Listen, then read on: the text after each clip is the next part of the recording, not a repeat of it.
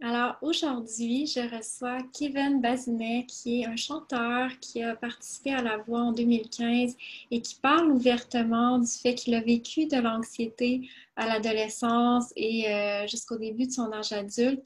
C'est super inspirant de voir son cheminement. Alors, je suis super heureuse d'accueillir Kevin. Allô, Kevin! Hello?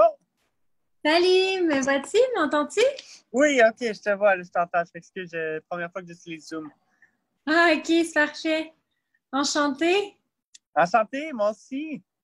Oui, j'ai écouté ta chanson Freedom. C'est vraiment Oui, beau. ah, nice. Merci. Merci beaucoup, j'apprécie. Ah, ben merci beaucoup d'avoir accepté mon invitation, en fait. Ah, ben c'est un plaisir. Pour vrai, à chaque fois que j'ai l'occasion de partager mes expériences par rapport à l'anxiété, là, c'est toujours quelque chose qui me tient à cœur. Ah, c'est génial. Ben merci beaucoup. Ça fait plaisir. Fait que dans le fond, c'est ça. Toi, est-ce que, je suis pas certain d'avoir bien compris, tu fais un livre sur l'anxiété ou quelque Oui, chose comme ça? c'est ça. J'ai écrit un livre sur l'anxiété sans OK. complexe. Wow, Puis, OK. ouais, il est sorti, ben, il vient de sortir, en fait, dans les librairies. Ça fait comme peut-être 2 semaines. Euh, Félicitations, c'est vraiment cool. Merci. Là, j'ai Wow. pensé, en fait, dans le cadre de la sortie du livre, de faire des rencontres avec des gens qui ont déjà vécu de l'anxiété, euh, Mhm. puis tu sais, d'en parler juste pour qu'on découvre des façons de gérer ça, puis de découvrir Ouais, aussi le parcours de personnes qui ont traversé ça, puis qui ont développé des outils. Je trouve que c'est inspirant pour les gens aussi. ouais, c'est sûr. Ben, écoute, si je peux commencer par le début, l'anxiété pour moi, ça a commencé à entrer dans ma vie à partir de l'âge de 12 ans environ, 12 13 ans.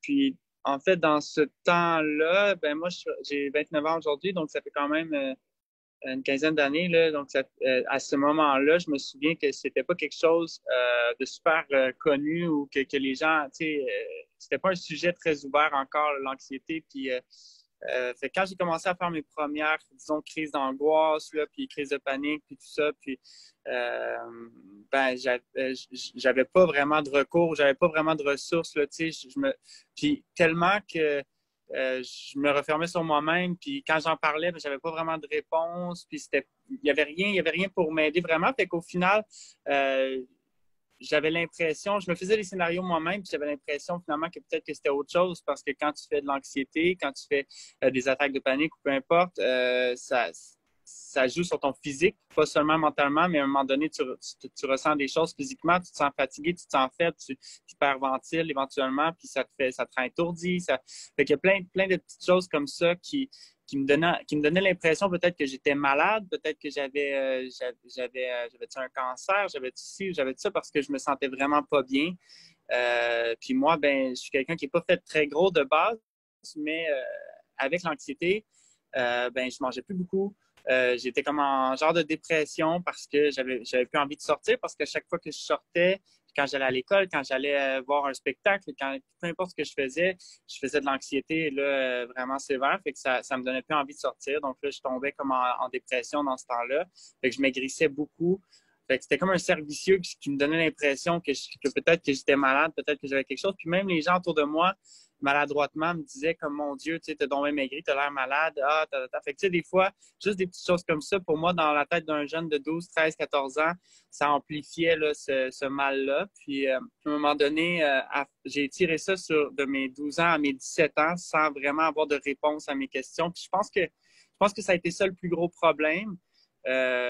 Parce que je pense que la première étape, c'est de réussir à en parler, puis de réussir à aller chercher des outils le plus rapidement possible pour pas que ça dégénère, pour pas qu'on installe des réflexes, des façons d'être, là, parce qu'à un moment donné, ça fait partie de nous, on développe des systèmes de défense, puis après ça, c'est difficile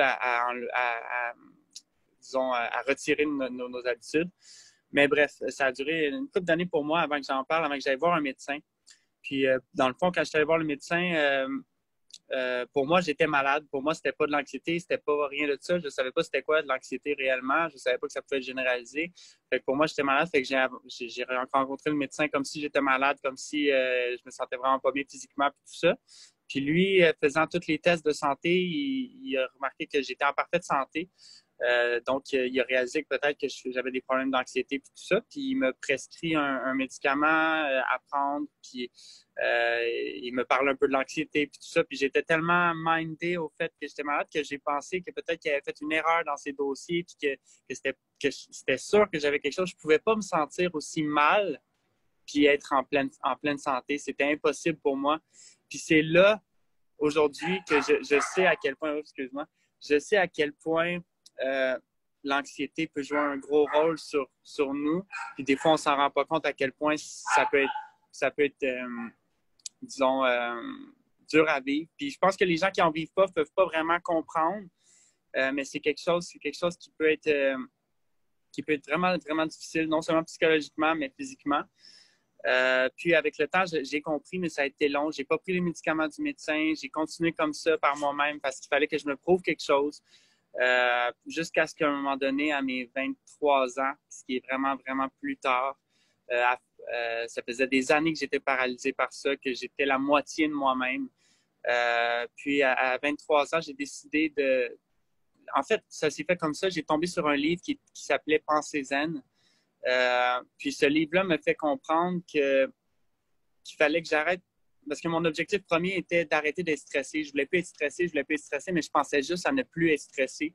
Quand au final, il aurait fallu que j'apprenne à être calme, que j'apprenne à me calmer, que j'apprenne à respirer positivement, de changer les pensées négatives que j'entretenais puis que je faisais tourner dans ma tête pour des pensées positives, puis que je me mette justement des belles choses en tête, puis que j'apprenne à respirer parce que ça, je savais pas du tout comment faire. On pense que c'est super anodin, puis on est en sachant respirer, mais honnêtement, c'est quelque chose. Bien respirer, bien savoir respirer, ça change tout. Que ce soit en entraînement physique, que ce soit en chant, en musique, peu importe, la respiration est tellement importante. Puis je me rendais compte qu'elle avait un gros impact sur mon anxiété, dans mes crises d'angoisse. Si je respirais pas bien, je le ressentais physiquement. Donc ça, pour moi, ce livre-là, ça a été une révélation. Puis en tout cas, ça m'a aligné vers la bonne voie. Puis à ce moment-là où j'ai commencé à mettre du positif dans ma tête, mettre du positif alentour de moi, on dirait que les bonnes choses sont arrivées tranquillement. J'ai trouvé un emploi parce que j'avais de la difficulté à garder un emploi. J'ai trouvé un emploi plus stable. Et La Voix, à ce moment-là, c'était en 2015, m'ont appelé pour que j'aille faire les auditions. Parce qu'à travers mon adolescence, j'avais publié des vidéos sur Internet de moi qui chantais, puis ils ont vu ça, fait qu'ils m'ont demandé d'aller faire les auditions. Fait que c'est là que tout s'est enclenché. Puis après ça, avec tout l'engouement, la voix, puis tout ça, j'ai pas eu le choix de me surpasser à tous les jours. Il y avait des nouveaux défis devant moi à chaque jour que les gens autour me mettaient. Puis veux pas, on dirait que j'étais tellement dans une bonne vibe que je réussissais. C'était pas toujours facile. Des fois, il fallait que je parte en avion pour aller à telle place. Là, je pleurais avant de partir, mais finalement, j'y allais, je me bottais les fesses, puis je réussissais à y aller, puis j'étais si fier de moi après. Fait que ça a été comme ça à partir de mes 23 ans jusqu'à aujourd'hui, j'ai 29 ans. Ça a été des défis à tous les jours. Je pense que j'ai appris que l'anxiété faisait partie un peu de moi. Je veux pas parce que je suis quelqu'un de sensible, je suis quelqu'un de très mes émotions, puis voilà, fait que je me laisse affecter par les choses assez facilement. Mais par contre, ça m'apporte aussi des bonnes choses. Musicalement, ça m'aide énormément d'être quelqu'un d'hypersensible.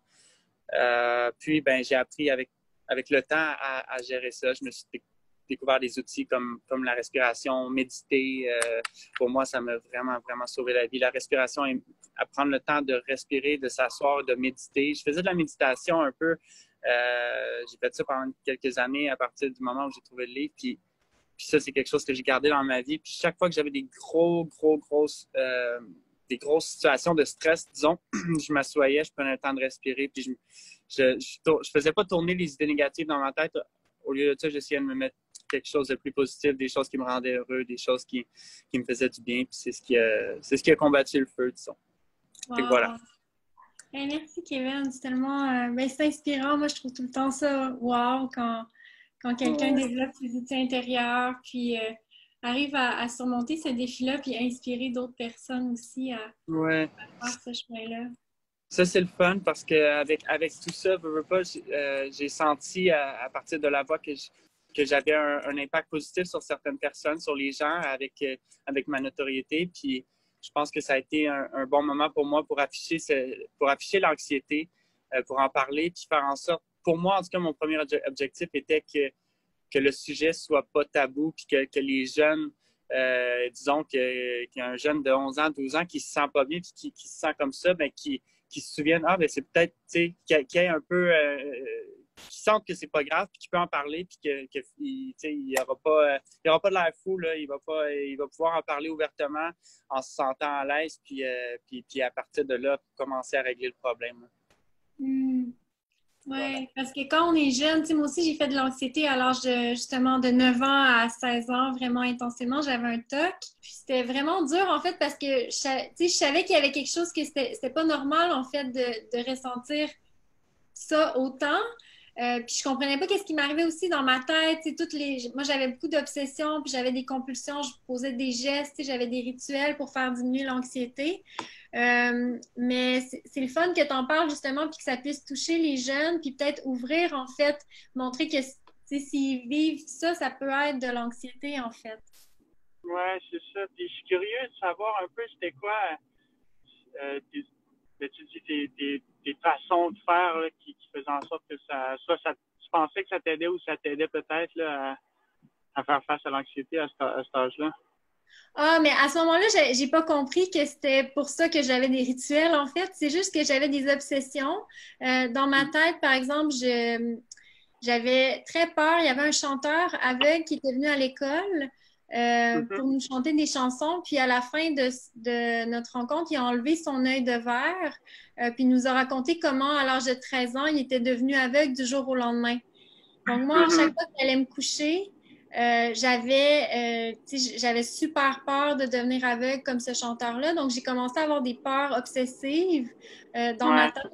Puis je faisais des rituels. Puis je me disais, dans ma tête, ce que ça faisait, c'est si je tire ma toile devant ma fenêtre de telle façon, en comptant un, 2, 3, sans voir un éclair de feu dans ma tête, je vais me lever puis je serai pas aveugle. C'était comme tous des processus que je savais qui faisaient pas de sens, mais c'était plus fort que moi, ouais. puis il fallait que je le fasse, tu sais. Ouais, ben je comprends ça. Moi aussi, c'est le genre de truc que j'avais pas nécessairement de rituel. Par contre, je développais des tocs physiques là, quand je tombais anxieux par rapport à quelque chose. Puis justement, quand une idée commençait à me faire peur, ben j'arrêtais pas de la faire tourner dans la tête, ça devenait une obsession là, tu sais. Je pourrais t'en nommer plein, mais je comprends exactement ce que tu peux ressentir. Là. Mhm. Puis est-ce que ça te nuit, toi, au niveau de ton fonctionnement, l'anxiété? Ouais, c'est sûr que moi j'ai vraiment l'impression que j'étais pas 100% présent, que ce soit avec les gens autour de moi, que ce soit dans tout ce que je faisais, j'étais toujours à moitié là. J'avais une partie de moi qui était toujours dans ma tête. Si je parlais avec quelqu'un, si j'étais avec quelqu'un, j'étais quand même toujours un petit peu dans ma tête. Si j'avais quelque chose qui me stressait, si j'avais une idée obsessionnelle qui me suivait là, depuis quelque temps, mais peu importe ce que je faisais dans ma journée, j'avais toujours ça en arrière de la tête.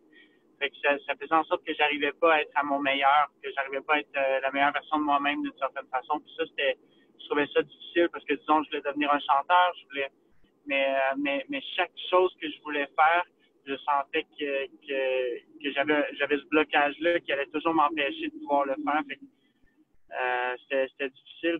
Ça devenait difficile moralement pour moi, là, parce que, disons, exemple, moi, à un moment donné, j'ai jamais eu peur de faire de la route en voiture ou peu importe.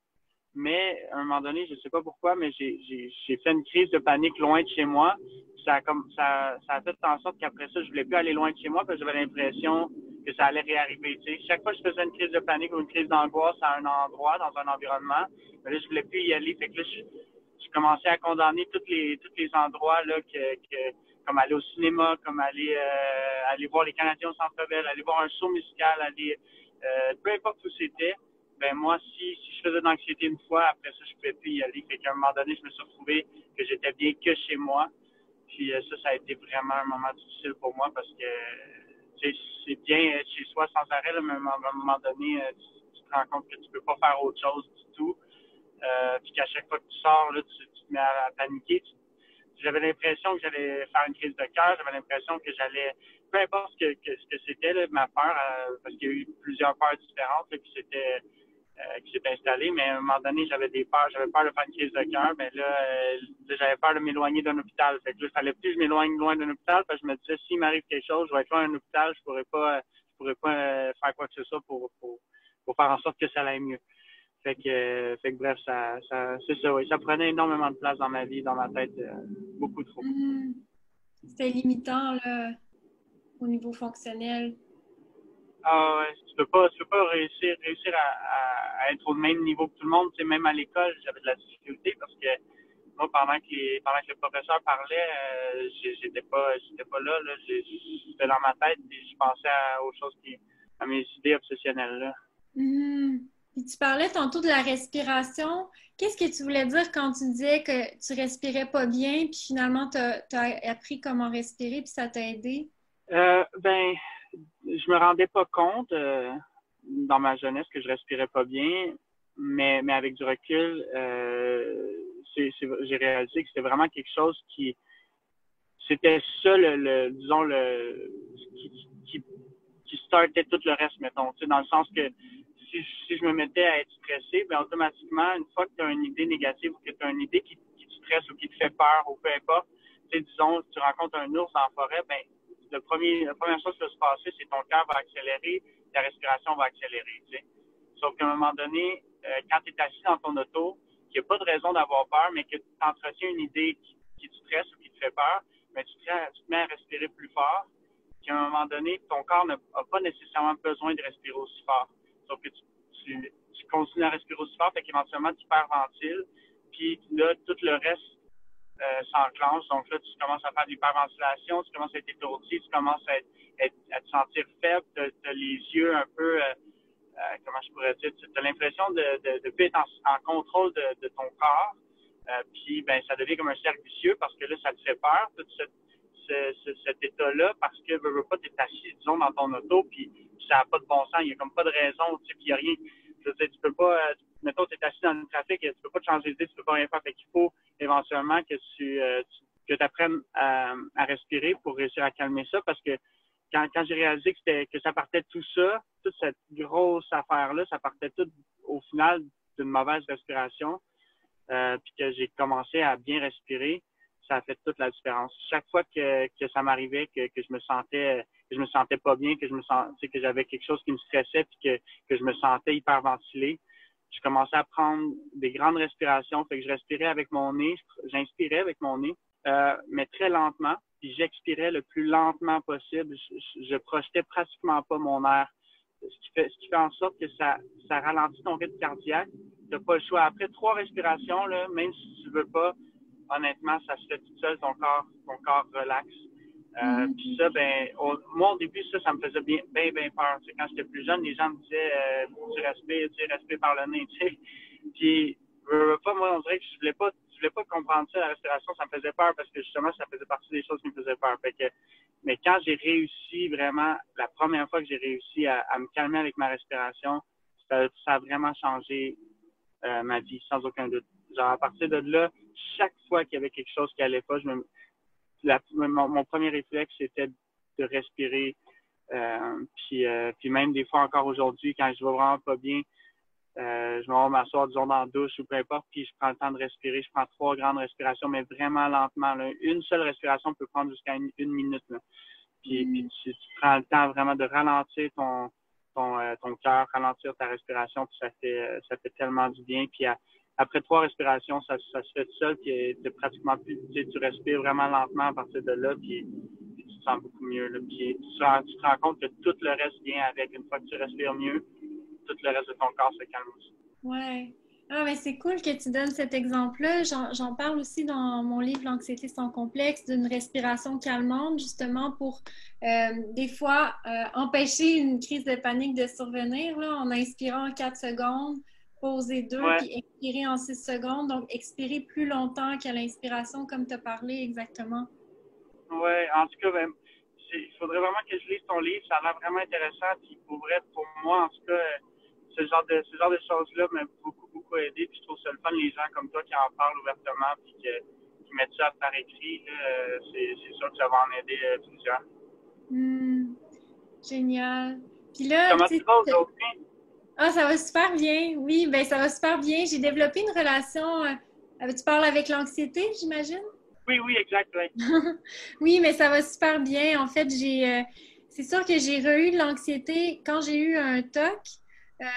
Après ça, ben, j'ai fait 1 an de psychothérapie, de thérapie cognitivo-comportementale à l'âge de 16 ans. Puis là, j'ai guéri complètement, mais j'ai continué à avoir de l'anxiété de performance à l'école. Tu sais, j'étais tout le temps en train d'aller chercher de la réassurance et tout. Mais c'est à l'université, l'anxiété a réaugmenté, puis j'avais pas d'attaque de panique, mais j'ai développé l'anorexie sur un fond anxieux. Ça a duré pendant 4 ans, puis après ça, c'est moi aussi grâce à la méditation principalement que j'ai guéri en fait. Mais aujourd'hui, ça va OK. super bien, ouais. Wow. Hmm. Puis est-ce que tu as fini par prendre la médication pour ton anxiété? Non, j'ai jamais pris de médication. Toi? Ben moi, écoute, oups, ça, c'est une longue histoire par rapport à la médication parce que moi je sais pas si je peux dire que j'étais comme contre ça un peu là.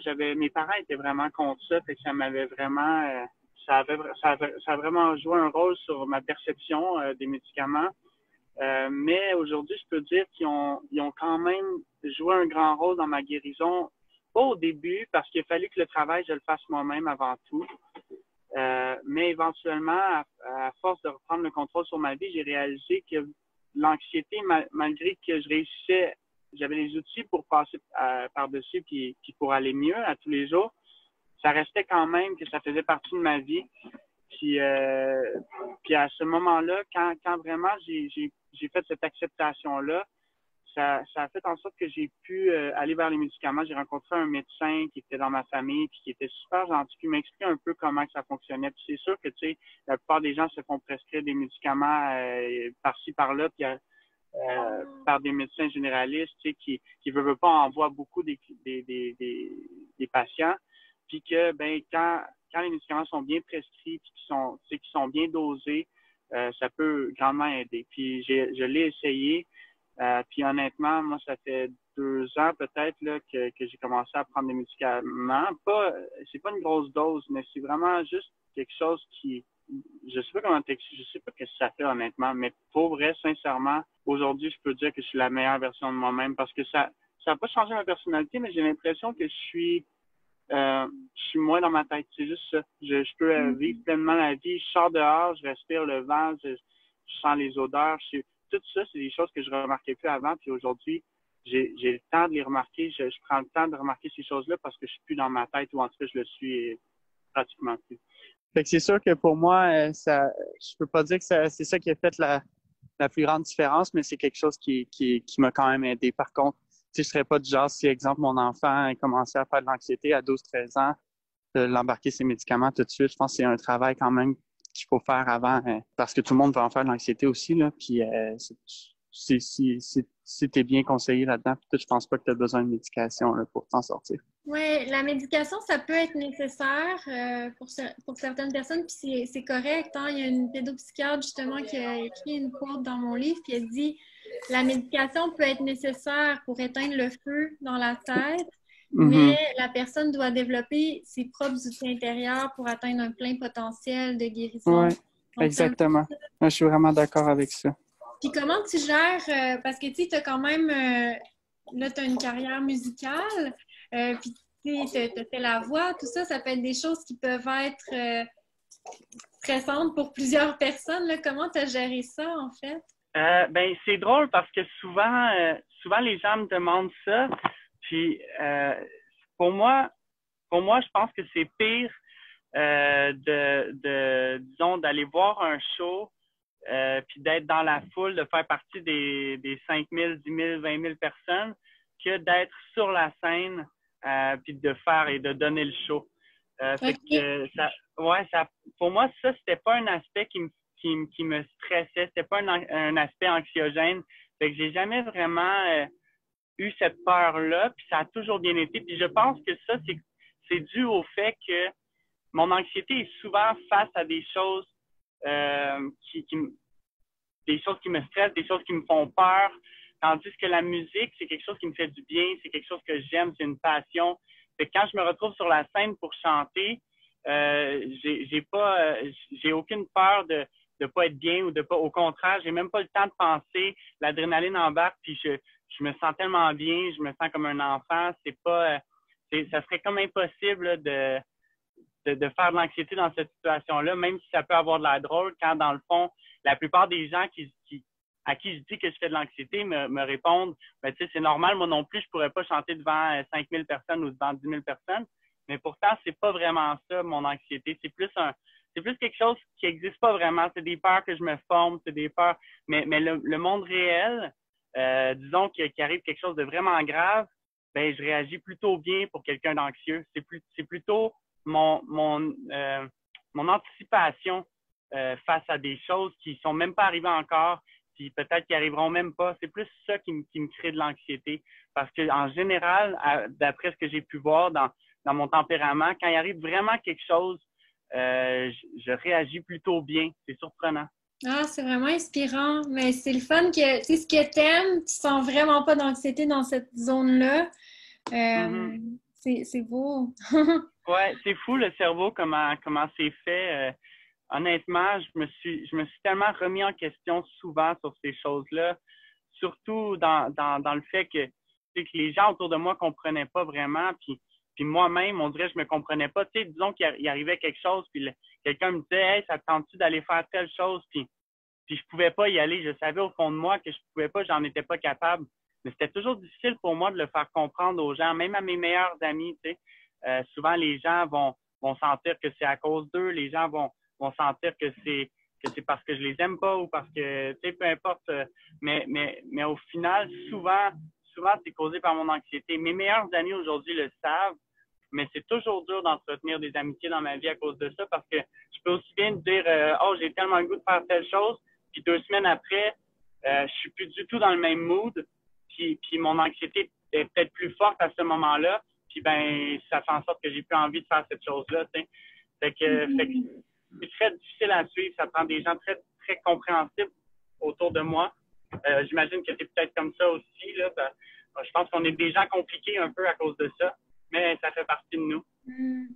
Mais c'est bon que tu le verbalises aussi, puis quand on sait pas ce qu'on vit, mais c'est dur de l'exprimer, mais là, j'imagine qu'avec le temps, tu es capable de l'exprimer aussi à tes amis, comme Oui, tu as ben l'air de maintenant, ce que j'ai pris comme habitude, puis c'est tellement important, je trouve, c'est que avant, je prenais pas le temps de l'expliquer dès le début parce que j'avais un peu honte de ça, parce que c'était pas quelque chose que j'acceptais moi-même.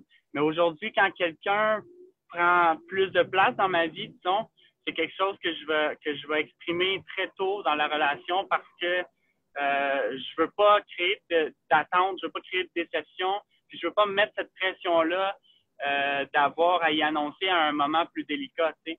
Fait que pour moi, c'est important d'être toujours honnête avec les gens autour de moi. Puis je te dis ça, tu sais, je suis 100% honnête aujourd'hui avec les gens. J'ai plus peur de dire aux gens, regardez, je suis quelqu'un qui fait de l'anxiété, je suis quelqu'un qui est difficile à suivre des fois. Ça reste que je suis une bonne personne, mais je suis plus difficile à suivre. Puis ça veut pas dire qu'il faut que tu le prennes personnel ou peu importe. Mais ça reste qu'il y a des gens quand même qui vont pas comprendre. Mais rendu là, j'ai réussi maintenant à faire mon détachement et tout ça. Puis au final, je me respecte et je respecte tout le monde autour de moi parce que surtout dans ma position où tu développes une certaine notoriété, il y a beaucoup de gens qui attendent des choses de toi. Fait qu'il faut que tu apprennes à te respecter et à mettre tes limites le plus tôt possible pour pas justement te créer encore plus d'anxiété là, face aux gens autour de toi. Oui, absolument. Ouais. Ah, c'est super. Puis c'est le fun aussi que tu en parles parce que, tu sais, les statistiques montrent que les femmes vivent plus d'anxiété que les hommes, mais c'est le fun que, tu sais, un homme en parle aussi, là, ouvertement, puis que tu sais, t'es correct avec Ouais. ça. Puis... Ben, honnêtement, avec les années, j'ai rencontré beaucoup de gens qui venaient me voir personnellement pour me parler de leur anxiété parce que vu que j'en avais parlé ouvertement, ben ça ouvrait la porte à ces gens-là. Puis je te dirais que dans mon cas, quand c'est seul à seul, d'après ce que j'ai pu voir, il y a autant de gars que de filles qui en font. Je pense que peut-être qu'on est dans une situation où c'est plus difficile à admettre pour un homme, c'est plus difficile à accepter pour un homme. Fait qu'il y en a beaucoup, tu sais. Je pourrais te nommer mon père. Tu sais, mon père, si quelqu'un il demandait s'il fait de l'anxiété, je suis pas sûr qu'il répondrait oui. Par contre, moi, personnellement, connaissant ça, l'anxiété, tout ça, je le vois qu'il en fait, tu sais. Fait que je pense que souvent, il y a beaucoup d'hommes forts, tu sais, faut pas avoir cette faiblesse-là. Puis c'est difficile à accepter pour un homme, honnêtement. Pour moi, ça a été long à accepter. Fait que je sais qu'il y a beaucoup de gens, beaucoup d'hommes, peut-être, qui ont plus de difficultés à l'accepter. Je sais pas, c'est peut-être vrai aussi qu'il y a plus de femmes, mais je pense qu'il y a aussi de ça qui joue un grand rôle. Oui, absolument, absolument. Mais c'est le fun parce que quand toi, tu te donnes la permission, tu sais, de t'ouvrir là-dessus, ça donne aussi la permission. C'est comme si ça donne la permission aux autres. En fait, les autres, c'est perçu comme, ah, j'ai la permission, moi aussi, d'en parler, donc ils vont s'ouvrir plus facilement. Oui, exactement. Puis ça, c'est tellement un réflexe humain là, que je me rends compte si tout le monde commence à faire quelque chose, ça devient accepté, puis de plus en plus de gens vont le faire, même si quelques années avant, c'était vraiment pas correct. Puis dans cette situation-là, pour moi, en tout cas, je pense que ça aurait fait une différence pour moi quand j'avais 12, 13, 14, 15 ans, si j'avais eu un modèle masculin qui en aurait parlé. Ça aurait sûrement eu un impact sur ma façon de voir ça. Puis ça m'aurait probablement inspiré à en parler moi aussi. Oui, mais c'est le fun que tu sois ce modèle-là aussi pour les jeunes, là. C'est vraiment un grand cadeau, en fait, que tu fais. Ah, mais merci, mais honnêtement, oui, pour moi, c'est tellement important, vraiment, vraiment, parce que je me souviens, c'était comment je me sentais, puis c'est une chose que je souhaite à personne, puis que je sais qu'il y a beaucoup trop de gens qui en vivent, puis il faut réussir à mettre les mots sur ces choses-là qui se passent dans notre tête, puis il faut réussir à comprendre ces choses-là pour pouvoir passer par-dessus des fois. Oui, absolument. Puis au quotidien, comment est-ce que tu prends soin de toi? Ben, j'ai réalisé que ce soit avec de l'anxiété ou pas, mais encore plus quand t'es quelqu'un d'anxieux, il faut avoir un équilibre de vie. C'est vraiment important parce que je vais être du genre à vraiment abuser des choses dans la vie, faire si j'aime vraiment la musique, ben là, je fais juste de la musique. Si par moment je veux m'entraîner, ben je fais juste m'entraîner. Puis je pense qu'il y a beaucoup de gens comme ça. Il faut apprendre à prendre les bonnes choses, puis à aussi prendre les mauvaises choses, puis essayer d'équilibrer le tout dans sa vie pour être heureux le plus possible. Fait que j'essaie d'avoir un équilibre, de faire de l'exercice autant que je vais prendre le temps de travailler, prendre le temps avec mes amis, prendre le temps avec ma blonde, prendre le temps de respirer de temps en temps, prendre le temps de rien faire. Tout ça, c'est tout important. Tu sais, j'ai souvent eu une blonde, mettons, là, quand j'étais plus jeune, j'avais une blonde, mais c'était ma blonde, il y avait juste ma blonde, tu sais, il y avait plus rien d'autre autour. Puis ça, c'est la pire chose que tu peux faire dans la vie. Il faut réussir à avoir un équilibre dans sa vie. Puis ça, c'est vraiment pas facile. Je sais que ça sonne facile, mais c'est tellement pas facile. Mais quand tu réussis à avoir ça, ça aide énormément avec l'anxiété. Mhm. Tu as parlé tantôt de méditation. Est-ce que c'est quelque chose que tu fais au quotidien? Oui, c'est quelque chose que j'entretiens dans ma vie, que je fais. Avant, je le faisais une fois par jour. Maintenant, je te dirais une fois par semaine. En fait, plus je suis anxieux, plus je le fais. Fait que en ce moment, je le fais peut-être moins parce que je vais super bien ma vie. Je pourrais pas être plus heureux aujourd'hui. Sincèrement, j'ai exactement la vie que je veux avoir. Je suis bien. Fait que ça fait en sorte que je suis moins anxieux. Par contre, malheureusement, c'est pas toujours comme ça dans la vie. Il y a des moments plus difficiles, il y a des moments que ça va bien, des moments que ça va moins bien. Fait que si un jour ça avait à revenir plus fort, l'anxiété, ben justement, c'est sûr que dans ce temps-là, je médite au moins une fois par jour. Je prends le temps. Des fois, ça peut durer 15 minutes, comme ça peut durer 1 heure. Puis la seule chose, la seule règle que j'ai, c'est de bien respirer. D'avoir le dos droit aussi, ça fait du bien. Ça aide à laisser passer vraiment bien. Pour le reste, là, je peux être aussi bien assis dans ma douche qu'assis à terre dans mon salon ou sur mon lit, mais fermer mes yeux puis prendre le temps de respirer puis de penser à des choses qui me font du bien puis de visualiser du positif.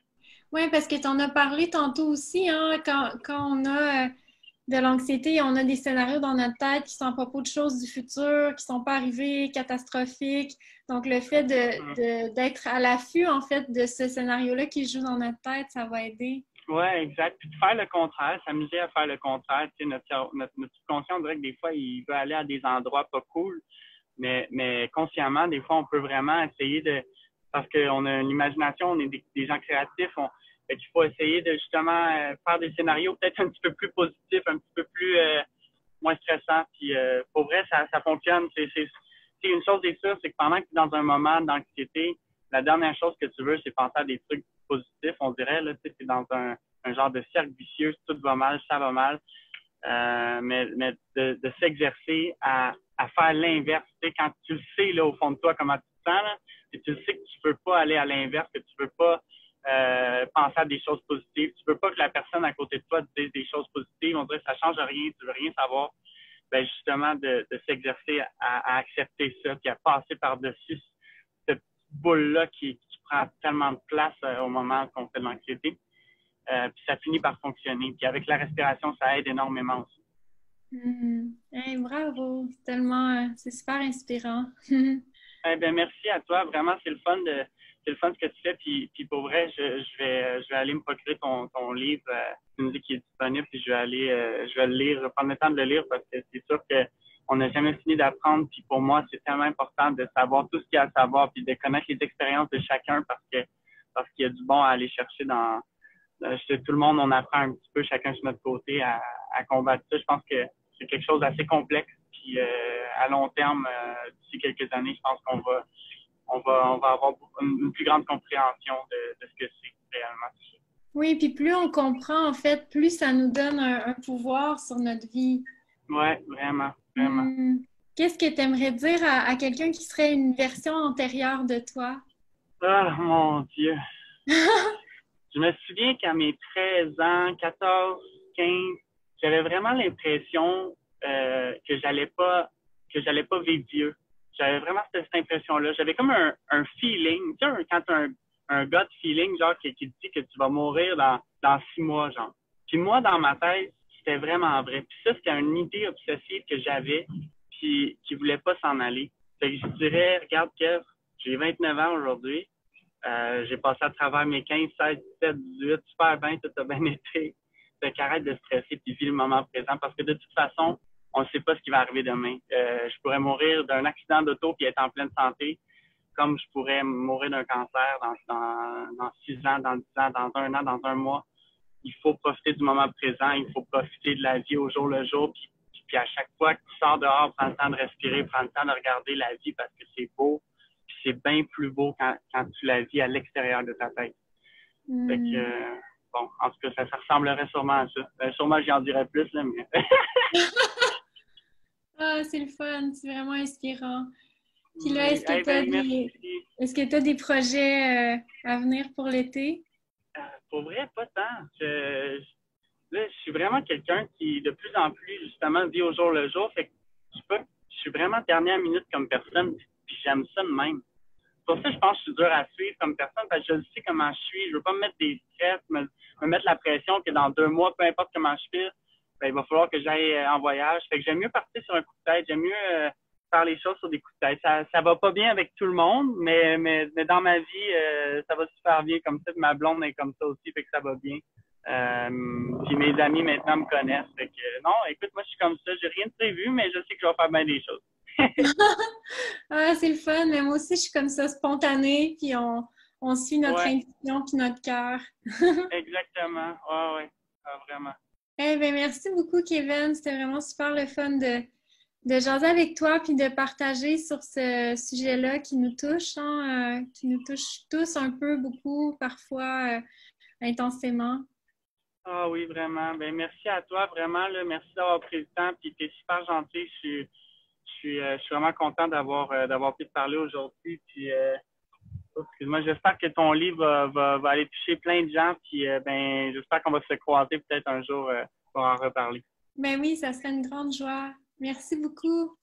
Passe une belle fin de journée. Bye bye. Oui, toi aussi. Bye. À la prochaine. À la prochaine.